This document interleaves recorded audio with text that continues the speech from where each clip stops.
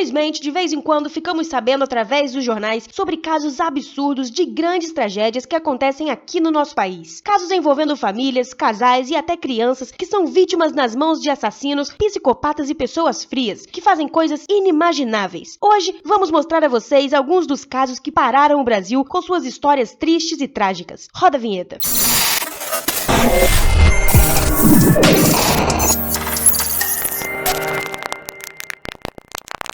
Chacina da Candelária.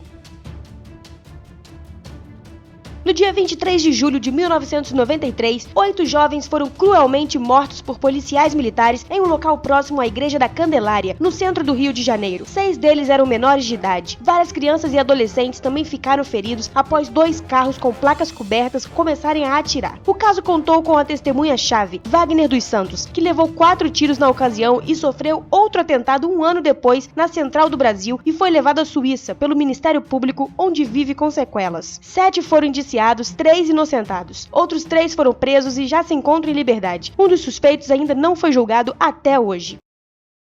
Caso Isabela Nardoni.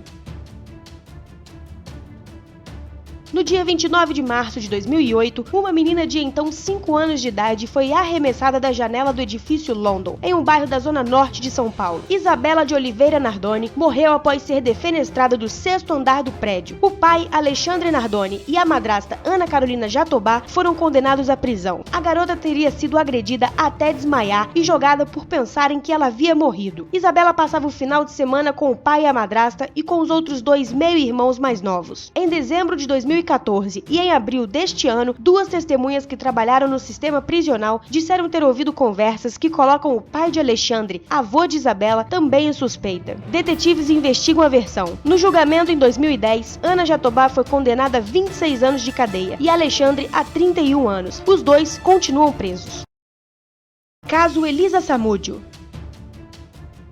Elisa Silva Samúdio desapareceu em 2010 com 25 anos. Elisa era amante do goleiro do Flamengo, Bruno Fernandes, apontado como autor do crime. Ela teria aceito o convite do jogador para ir do Rio de Janeiro a Minas Gerais para visitar um sítio. Nunca mais foi vista em público. Bruno foi preso e condenado a 22 anos e 3 meses por assassinato e ocultação de cadáver, além do sequestro do filho Bruninho que teve com Elisa. Durante as investigações, uma das testemunhas relatou que a moça teria sido morta por estrangulamento. Em seguida, o cadáver teria sido esquartejado. Parte do corpo teria sido jogada aos cachorros do sítio e a outra parte teria sido enterrado sobre uma camada de concreto. Outros condenados por participar do crime foram Marcos Aparecido dos Santos, conhecido como Bola, Fernanda Gomes de Castro, ex-namorada de Bruno, o Emerson Marques, o Coxinha, Helenilson da Silva e Luiz Henrique Ferrão Romão, o Macarrão. Um livro escrito por Paula Sarapo conta a história do crime. Quase todos os réus do caso Elisa Samúdio foram condenados à prisão, mas estão em liberdade cumprindo regime semiaberto. Bruno se encaixa nesse caso, pois saiu do regime fechado há 5 anos e até voltou a atuar como goleiro em alguns clubes como Rio Branco e Atlético. Já Daiane Rodrigues, ex-namorada de Bruno, foi absolvida das acusações.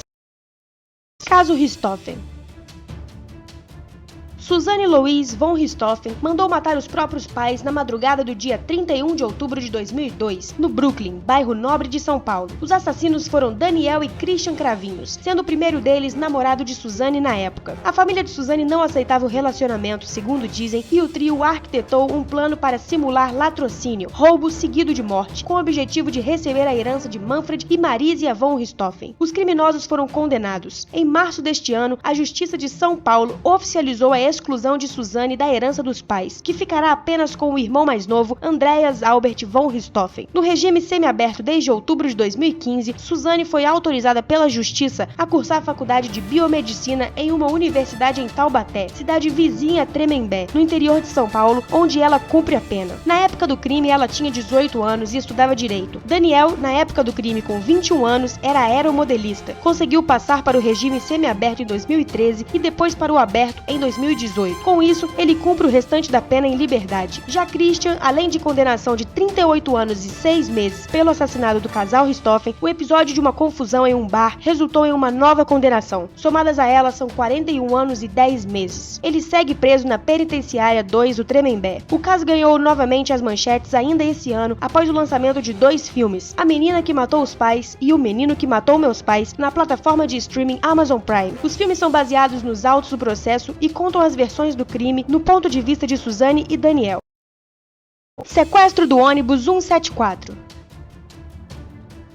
O mais dramático caso de sequestro de ônibus no Brasil, o Gávea Central linha 174 foi tomado pelo sobrevivente da chacina da Candelária, Sandro Barbosa do Nascimento, no dia 12 de junho de 2000, no Jardim Botânico, no Rio de Janeiro. Sandro assaltou um coletivo e manteve 11 reféns após ser interceptado por um carro da polícia. Depois de muita negociação com o BOPE, o Batalhão de Operações Especiais, o homem saiu com uma arma apontada para a professora Geisa Gonçalves. Tudo era acompanhado ao vivo por horas na televisão, quando um soldado resolveu atirar em Sandro, mas acertou em Geisa de raspão. O bandido matou a professora e acabou sendo asfixiado e morto dentro do carro de polícia. Os policiais foram absolvidos pela morte de Sandro. O caso rendeu um documentário assinado por José Padilha e o filme Última Parada 174. O cárcere de Eloá Pimentel.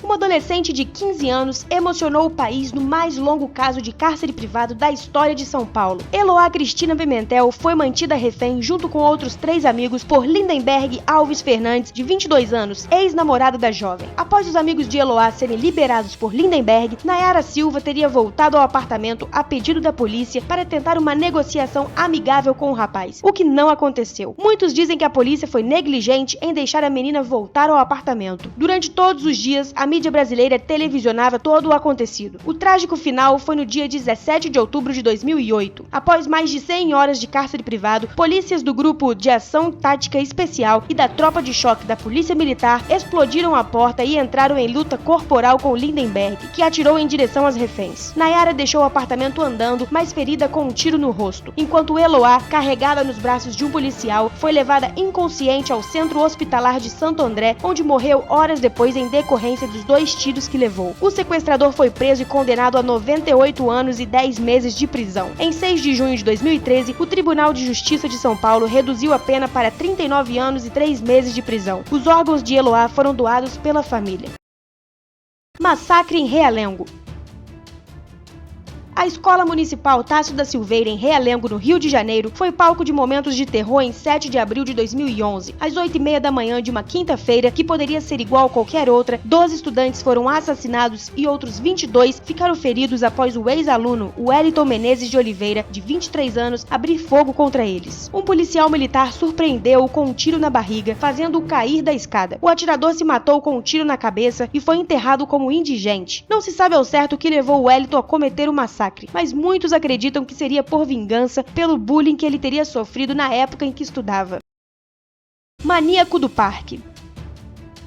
O motoboy Francisco de Assis Pereira ficou conhecido como Maníaco do Parque após uma série de crimes cometidos por ele em 1998 no Parque do Estado em São Paulo. Francisco se fingia de agente de modelos e, após convencer as vítimas, as levava para o parque, onde cometia estupros e assassinatos. De acordo com a condenação, 10 mulheres foram mortas e outras 9 foram estupradas e roubadas. Embora tenha sido condenado a mais de 280 anos de prisão, a legislação brasileira da época não permitia que uma pessoa passasse mais do que 30 anos na cadeia, sendo esperado que ele seja solto por volta de 2028.